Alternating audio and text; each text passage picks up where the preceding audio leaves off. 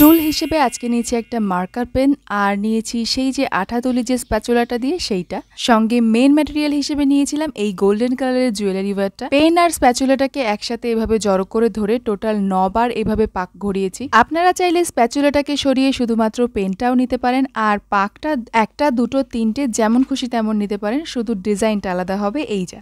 পেনের উপরে স্প্যাচুলাটা রাখার কারণ হচ্ছে যাতে রিংগুলো একেবারে রাউন্ড না হয়ে একটুখানি লম্বাটে মতন হয়। কিছুটা এক্সট্রা তার রেখে কেটে নেব, তারপর বের করে নিয়ে ওই যে এক্সট্রা তার রাখলাম ওইটাকে সম্পূর্ণ রিংটার মধ্যে একবার হালকা হাতে প্যাঁচ দিয়ে নেব যাতে অতিরিক্ত এলোমেলো না হয়ে যায়।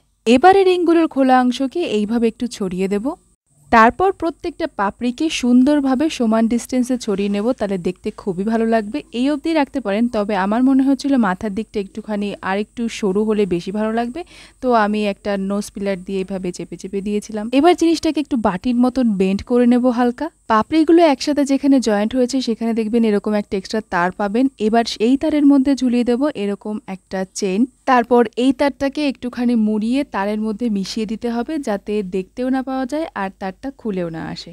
এরপরে আমি যেটা করেছিলাম, এই যে তারগুলো যে প্রত্যেকটার সাথে একটুখানি টাচ করে গেছে এই জায়গাগুলোতে B7000 গ্লু দিয়ে দিয়েছিলাম যাতে এটা একটু ঠিকঠাকভাবে সিকিউর হয়, কারণ জুয়েলারি ওয়্যার তো খুব বেশি শক্ত হয় না, হালকা চাপে বেন্ড হয়ে যায়। তবে এইভাবে আঠা দিয়ে নিলে কিন্তু অনেকটাই ঠিকঠাক থাকে। তারপর মিডলে যেখানটায় ওই তারের গোজামিলটা দিয়েছিলাম ওই জায়গায় একটা সাদা রঙের বিডস বসিয়ে চারপাশে রাইমস্টোন দিয়ে ঘিরে দিয়েছিলাম। আর যে চেন দুটো ঝুলিয়ে দিয়েছিলাম তার লেন্থটা একটু বেশি বড় মনে হচ্ছিল, তাই জন্য কিছুটা কেটে নিচে একটা ছোট্ট এই পার্ল বিট ঝুলিয়ে দিয়েছিলাম। জুয়েলারি ওয়্যারগুলো যদি এতটা ফ্লেক্সিবল না হতো তাহলে আমি বলতাম এটাকে আংটি বানাতে, তবে হাতে কাজে কর্মে জিনিসটা বেঁকে যেতে পারে, তাই এটাকে খোপার কাটা বানিয়ে দিলাম। যাই হোক, ফাইনালি দেখতে এটা এরকম হয়েছে। যাদের বড় চুল তারা কিন্তু এটাকে বিনুনির গয়না হিসেবে ব্যবহার করতে পারে। টুথপিকের জায়গায় শুধু এলিগেটর ক্লিপ অথবা এই জুয়েলারি ওয়্যার দিয়ে ইউ শেপের একটা আংটা মতন বানিয়ে নিতে হবে। যাই হোক, গয়নাটা কেমন লাগলো জানাবেন কিন্তু।